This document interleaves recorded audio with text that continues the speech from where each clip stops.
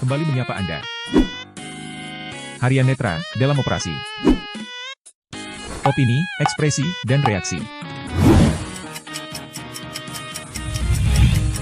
Menampilkan sahabat-sahabat Harian Netra untuk mengemukakan pikiran, atau memberi reaksi tentang semua yang ada di sekitar kita.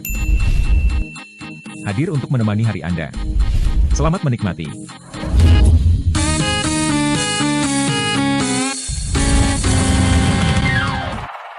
Kalau Anda tidak mengaku ini kerjaan tim Anda, silakan bongkar ini kerjaan siapa.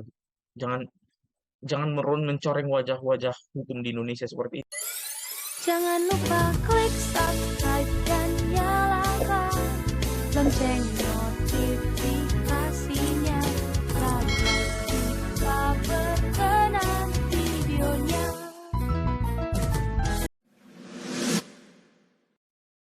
Halo semua, kembali bersama Harian Netra. Nah, kali ini kita berada di Harian Netra dalam operasi. Nah, teman-teman, kembali kita akan menyoroti perkembangan kasus pembunuhan Brigadir J. Ya, sekarang memang sangat menjadi perhatian publik ya, sekali lagi teman-teman. Nah, terakhir kita buat ini di episode 4 ya, di post oleh Harian Netra di episode 4. Nah, nggak tahu nih kenapa, mungkin episode yang membahas tentang apa namanya, kasus pembunuhan Brigadir J ini dibuat di episode genap ya. Kemarin episode 2, sekarang episode 4. Nah, mungkin kenapa gitu ya? Mungkin supaya kasusnya semakin genap. Apaan sih nggak nyambung? Oke, lanjut.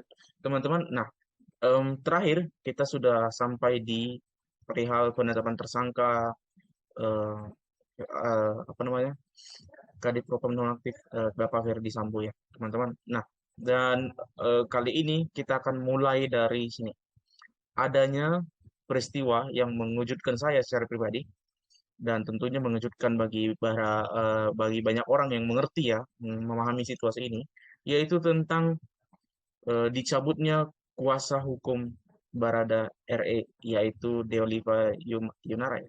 Siapa sih namanya, abang itu lupa, tapi intinya itu yang dua orangnya. Nah, itu sangat aneh ya teman-teman. Pada saat itu memang pencabutan itu mungkin bukan bukan ketika itu ya, tapi paling tidak dikirimkan oleh tim mereka melalui WA pada saat Bang Deo Lipa itu sedang live di Metro TV kalau saya tidak salah, dan itu dibacakan langsung di depan seluruh penonton tentunya, dan termasuk juga di depan pengacara Brigadir J, kuasa hukum keluarga korban, yaitu di depan Bapak Kamarudin Simanjuntak.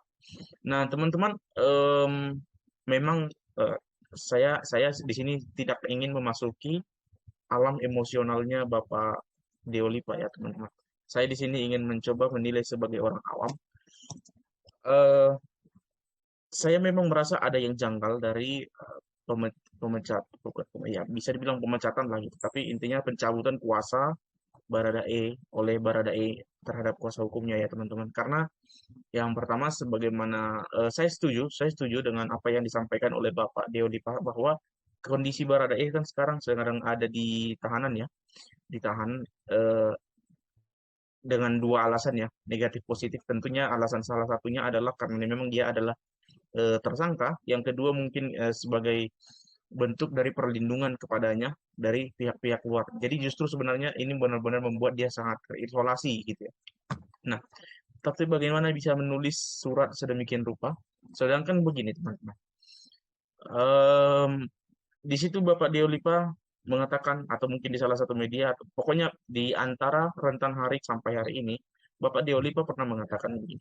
Bagaimana mungkin seorang Barada RE umur 24 tahun, bukan orang hukum, orang awam hukum, dia hanya karena memang anggota kepolisian yang juga masih baru gitu, bagaimana bisa menuliskan hal-hal yang menggunakan bahasa hukum yang sedemikian rupa dan segala macamnya. Nah, saya mengiyakan analogi ini dengan sekali lagi bukan mengikuti emosionalnya Deolipa ya, bukan. Saya hanya mengiyakannya dengan cara ini. Teman-teman, kita kan tahu bahwa Barada RE saat ini memberi kuasa kepada Bapak Deolipa dan satu lagi, Bapak siapa ya? Satu lagi lupa lah. Nah, artinya mereka kan yang menjadi kuasa hukum dari Barada RE. Artinya apa? Secara logika, keduanya inilah yang paling dekat dalam hal yang bersangkutan, yang berkaitan dan berkenaan dengan hukum, dengan Deolipa gitu. Dengan Barada RE gitu. Tetapi bagaimana bisa Barada RE membuat suatu surat? Saya gini ya, saya begini. Oke, saya setuju. Mungkin bukan Barada RE yang membuat, tapi siapa gitu loh. Sementara kan kita harusnya tahu bahwa hal-hal yang bersifat legal seperti itu kan harusnya dibuat oleh kuasa hukumnya. Lah ini siapa yang buat gitu loh. Ini ini saya rasa Polri harus tegas ini, harus mengusut ini. Jangan mengiyakan saja seakan-akan begini ya teman-teman. Saya apa ya? Saya memandang begini. Kalaulah memang Barada RS punya niat untuk menonaktifkan atau mencabut kuasanya, harusnya dia ngomong langsung bisa loh. Nggak harus kayak gitu gitu. Bisa dia ngomong langsung, bisa dibantukan dibuatkan kuasa pencabutan gitu, pencabutan kuasa gitu. Atau dibuat aja surat-surat yang memang sesuai dengan kapasitas kemampuan dia gitu. Tapi kalau dengan surat yang serapi yang sebagaimana dibacakan oleh tim kuasa hukum Barada RE nonaktif, nonaktif, maksudnya mantan ex kuasa hukum Barada RE pada saat itu yang memang diketik dan oke lah ditandatangani oleh Barada RE. Saya memandang begini, jangan-jangan ini memang dibuat oleh pihak tertentu. Saya nggak mau sebut ya teman-teman, pihak tertentu dan dipaksakan untuk disetujui oleh Barada RE kan bisa jadi teman-teman. Artinya sebenarnya nggak ada perlindungan untuk Barada RE selama ini gitu. Kalau begini ceritanya gitu. Nah, saya bukan apa ya. Oke, begini. Kita ingat sebelumnya ada sedikit ketegangan hubungan antara Bareskrim, yaitu melalui kabar Reskrim Bapak Agus ya, dengan tim kuasa hukum Barada RE yang dianggap terlalu vokal, seakan-akan mereka adalah orang yang pihak yang mengungkap semuanya gitu ya. Pokoknya gitu ya, ketersinggungan lah intinya gitulah. Tendensi pribadi sebenarnya, partinya tendensi pribadi bukan secara personal tapi secara kelembagaan, tapi intinya gitulah. Lalu kemudian disusul dengan adanya pemecatan seperti itu, pencabutan kuasa seperti itu. Saya bukan mau menuduh bahwa ini kabar reskrim atau bareskrim yang buat, bukan. Tapi paling tidak begini, harusnya dengan kaitan peristiwa ini, bareskrim berkepentingan dong untuk membersihkan namanya, kalau memang ini benar, bukan mereka yang lakukan gitu. Maksud saya gini, semua publik tahu bagaimana ketegangan yang terjadi antara Bapak Agus dengan kuasa hukum Barada RE pada saat itu ya, pada saat masih menjadi kuasa hukum, di mana dianggap terlalu vokal, seakan-akan mereka adalah orang yang ada pihak yang mengerjakan semuanya, padahal itu adalah kerja keras Bareskrim dan sebagainya gitu. Nah, tetapi kemudian ada disusul dengan pencabutan kuasa oleh Barada RE. Nah, saya mau bilang begini teman-teman. Harusnya kalau memang Bareskrim merasa ini bukan mereka, harusnya mereka usut dong gitu. Harusnya mereka berkepentingan dengan kebersihan nama mereka gitu. Saya jujur aja, saya akan menganggap ya ini kerjaan Bareskrim gitu. Maaf sekali lagi maaf. Tapi dengan kejadian ini kita kan akhirnya masyarakat ini kan akan semakin senang berspekulasi teman-teman. Karena ternyata banyak spekulasi-spekulasi kita yang ternyata terbukti nyata gitu. Mulai dari yang sebenarnya terjadi bukan tembak-menembak melainkan penembakan, bahwa Ferdy Sambo terlibat, itu semuanya bermula dari spekulasi masyarakat. Yang kemudian walaupun Bareskrim tidak mendasarkan semuanya itu berdasarkan spekulasi yang ada di masyarakat, tapi kemudian kan spekulasi itu terbukti benar gitu loh. Nah, maka kemudian masyarakat termasuk saya secara pribadi akan semakin kuat berspekulasi teman-teman bahwa ya kemungkinan ini memang ada permainan dari Bareskrim lah gitu. Ya, oke. Nah, Bareskrim tidak mau dianggap seperti itu. Oke, silakan. Silakan buktikan, silakan tunjukkan, silakan ungkap kenapa itu bisa terjadi. Kalau memang ada pengakuan dari Barada, silakan lakukan. Walaupun kemudian itu masih bisa dibantah juga ya. Masih bisa ini juga gitu. Diperdebatkan bahwa ya bisa jadi dalam keadaan terpaksa. Secara mereka menguasai Barada RE secara fisik sekarang itu. Nah, saya mau katakan begini teman-teman. Kalau kita melihat apa yang sebenarnya dilakukan oleh kuasa hukum Barada RE pada saat itu, sebenarnya mereka kan selalu bilang, setiap kali mereka itu mengatakan sesuatu atau membuka sesuatu, kan mereka selalu bilang nanti akan disampaikan oleh penyidik, nanti akan disampaikan oleh penyidik selengkapnya. Jadi sebenarnya penyidik tidak perlu merasa gimana ya, kecil hati gitu loh. Yang pertama itu ya. Yang kedua, satu fakta yang tidak akan bisa dibantah oleh Bareskrim, yaitu tanggal 6 kemarin, sejak Barada RE mendapatkan kuasa hukum yang baru, yaitu Bapak Deo Lipa dan temannya, disitulah Barada RE disarankan oleh kuasa hukumnya ini, yang dua ini, untuk menjadi justice kolaborator. Selama ini kenapa tidak? Kan gitu. Kalau memang ini kerjanya Bareskrim, kenapa selama ini tidak? Gitu aja, sederhananya gitu aja. Nah, kalaupun kemudian ada apa ya cara-cara Bareskrim untuk mengajak Barada RE membuka semuanya gitu, tapi kenapa kuasa hukumnya yang memberitahukan ke publik gitu? Apa sih pentingnya Bareskrim itu menunggu semuanya terkumpul lalu kemudian konferensi pers itu apa sih gitu? Apa harus seperti itu? Kan tidak. Nah, kalau memang mereka merasa sesuatu itu memang harus diperlukan untuk dibuka, silakan dibuka. Nah, oke, mereka tidak bisa lakukan itu karena mungkin mereka belum mempunyai dasar hukum yang kuat. Maka silakan dibiarkan saja Barada RE dengan kuasanya melakukan itu gitu ke publik. Mereka tidak punya apa namanya tanggung jawab kewenangan untuk memastikan kebenaran dari peristiwa itu kan, karena mereka justru melimpahkannya kemudian kepada Bareskrim gitu. Lalu apa salahnya dengan statement-statement yang dikeluarkan oleh Bapak Dewi Lipa selama ini gitu. Jadi, oke, kabar Eskrim ini terlalu baper menurut saya. Di samping terlalu baper ya, apa ya, overthinking juga akhirnya gitu. Menganggap bahwa seakan-akan mereka yang ngerjakan. Enggak, masyarakat Indonesia tahu ini Anda yang ngerjakan gitu. Tapi masalahnya yang masyarakat Indonesia nggak tahu apa yang Anda kerjakan. Jadi nggak usah baper juga. Nah, tapi kemudian dampaknya kemudian kita harus tahu rentetan peristiwanya itu adalah kuasa hukum Barada RE dicabut. Ini kerjaan siapa ini Bapak Kabar Eskrim, ini kerjaan siapa gitu loh. Kalau Anda tidak mengakui ini kerjaan tim Anda, silakan bongkar ini kerjaan siapa gitu. Jangan jangan mencoreng wajah-wajah hukum di Indonesia seperti itu gitu. Saya khawatir, saya jujur khawatir sebagai masyarakat, saya berhak khawatir bahwa ini kabar masih banyak pihak-pihak yang pro Verdi Sambo di dalam tubuh lembaga yang Anda pimpin masih banyak orang-orang Verdi Sambo. Saya jadi curiga gitu. Saya sebagai masyarakat berhak untuk mengatakan ini gitu. Karena selama ini memang kita udah cukup geram diperbodoh oleh Verdi Sambo dan rekan-rekan. Jadi mohon maaf kalau kami tidak bisa menahan diri untuk tidak berspekulasi terhadap persoalan ini. Nah, itu yang saya katakan pertama, gitu. Kondisi itu. Lalu kedua, oke, saya apresiasi Bareskrim kemudian sudah menutup kasus pelaporan tentang pelecehan yang terjadi karena tidak dihentikan ya, gitu. Dihentikanlah perkaranya gitu. Nah, oke. Kalau sudah begini sebenarnya yang terjadi adalah harusnya langkah berikutnya Ibu PC itu harus diupayakan untuk menjadi tersangka. Maaf, saya harus bilang diupayakan untuk menjadi tersangka karena memang menurut saya beliau jahat sekali. Apalagi banyak berita-berita yang berseliweran.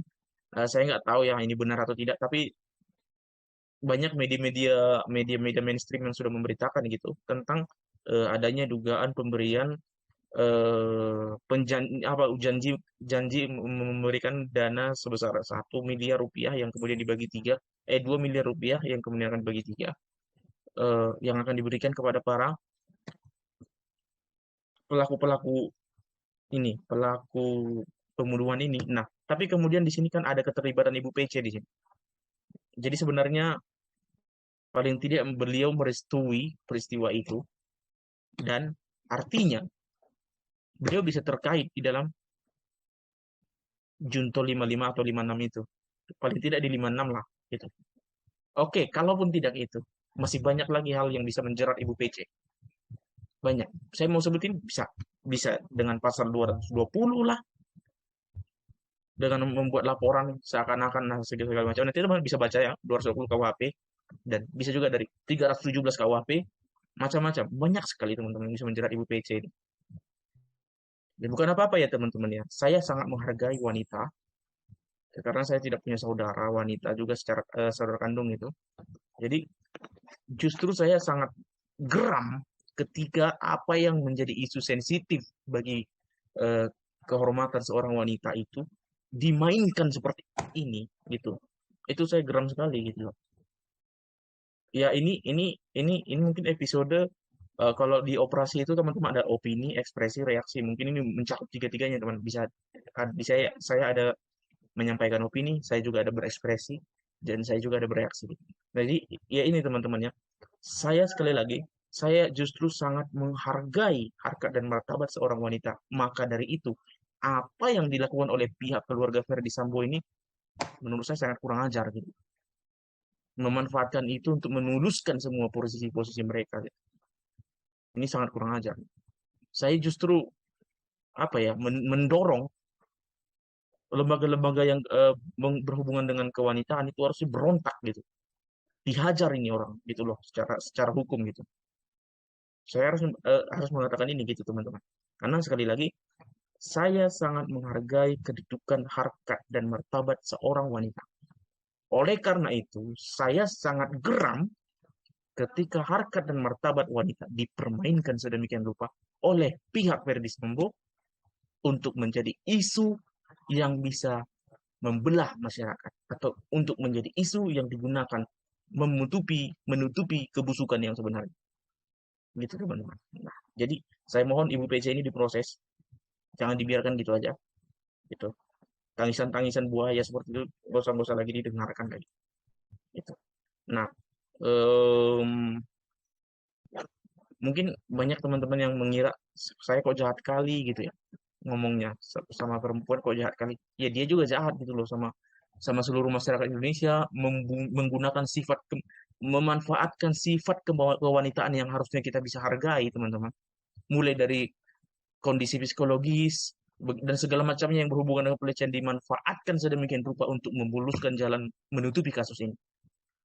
Ini kan luar biasa kurang ajar. Jadi menurut saya mohon sekali kepada kepolisian untuk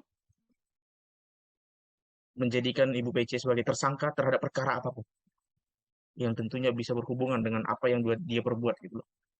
Jadi mohon sekali lagi kepada Kepolisian Republik Indonesia untuk turut menjadikan Ibu PC sebagai tersangka atas perkara apapun yang bisa menjeratnya di dalam gulungan kasus ini. Gitu teman-teman. Itu yang saya sampaikan.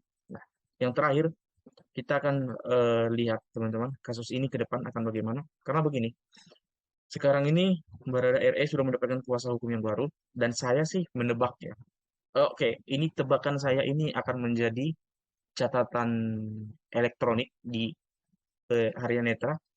Saya akan tebak ini kuasa hukumnya yang sekarang ini tidak akan berani buka mulut karena ada beberapa kemungkinan. Yang pertama, secara pribadi mereka sudah paham kenapa yang sebelumnya itu dicopot dan tentu mereka tidak ingin mengulang kesalahan yang sama. Itu yang pertama. Yang kedua, mungkin mereka dari awal juga udah diberikan wanti-wanti, oh lo jangan gini-gini, lo jangan gini-gini.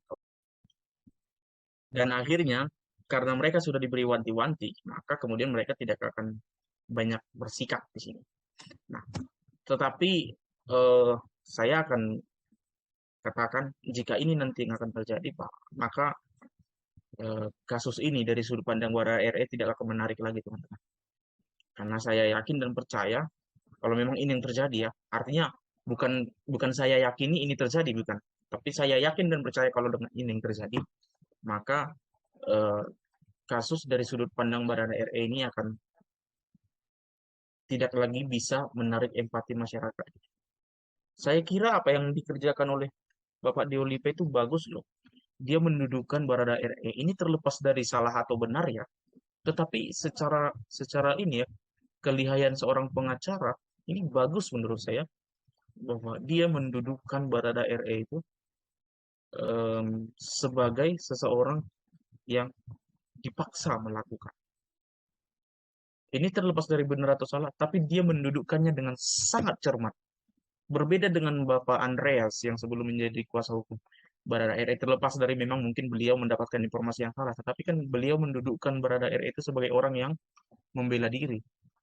Tetapi Barada RE saat ini, saat dia bersama dengan kuasa hukumnya yaitu Bapak Deolipa dan temannya, didudukkan sebagai orang atau pihak yang berada dalam keadaan terpaksa. Bahkan sekali lagi seperti yang saya sampaikan sebelumnya di episode 4 kemarin, Nah, ini apa ya, bisa macam-macam ini. Bisa dua jalur ini, jalur pembelaan. Bisa overmark di pasal 48 KUHP, bisa juga dengan perintah kewenangan pasal 51 ayat 1 dan ayat 2. Jadi dua-dua ayat itu dipakai. Nah, itu bisa, teman-teman, itu bisa. Jadi kita menurut saya justru bisa ditarik empatinya oleh kuasa hukum Barada RE yang baru. Lah sekarang dia dicopot nih. Yang baru kita lihat aja bisa ngapain nih. Saya bukan mau meragukan kemampuan beliau, kuasa hukum yang baru ini ya, tapi yang saya ragukan adalah kebebasan beliau dalam menyikapi kasus ini. Gitu teman-teman. Jadi kita lihat saja sama-sama teman-teman apa yang akan terjadi. Ya, tapi sekali lagi saya ingin menekankan bahwa Ibu PC mohon diproses. Ibu PC mohon diproses dan mohon untuk dijadikan tersangka atas sangkaan apapun. Karena bisa banyak yang bisa dikenakan kepada beliau. Gitu ya teman-teman. Dan semoga kasus ini menjadi semakin terang. Komitmen Pak Kapolri, Bapak Mahfud MD, dan komitmen Bapak Presiden untuk mengawal kasus ini saya sangat eh, harapkan konsistensinya gitu teman-teman. Terima kasih sudah menyaksikan episode operasi kali ini. Semoga nanti ada update berikutnya dan kita usahakan untuk kita bahas. Semoga apa yang saya sampaikan bisa menjadi pencerahan bagi teman-teman. Sampai jumpa di operasi berikutnya.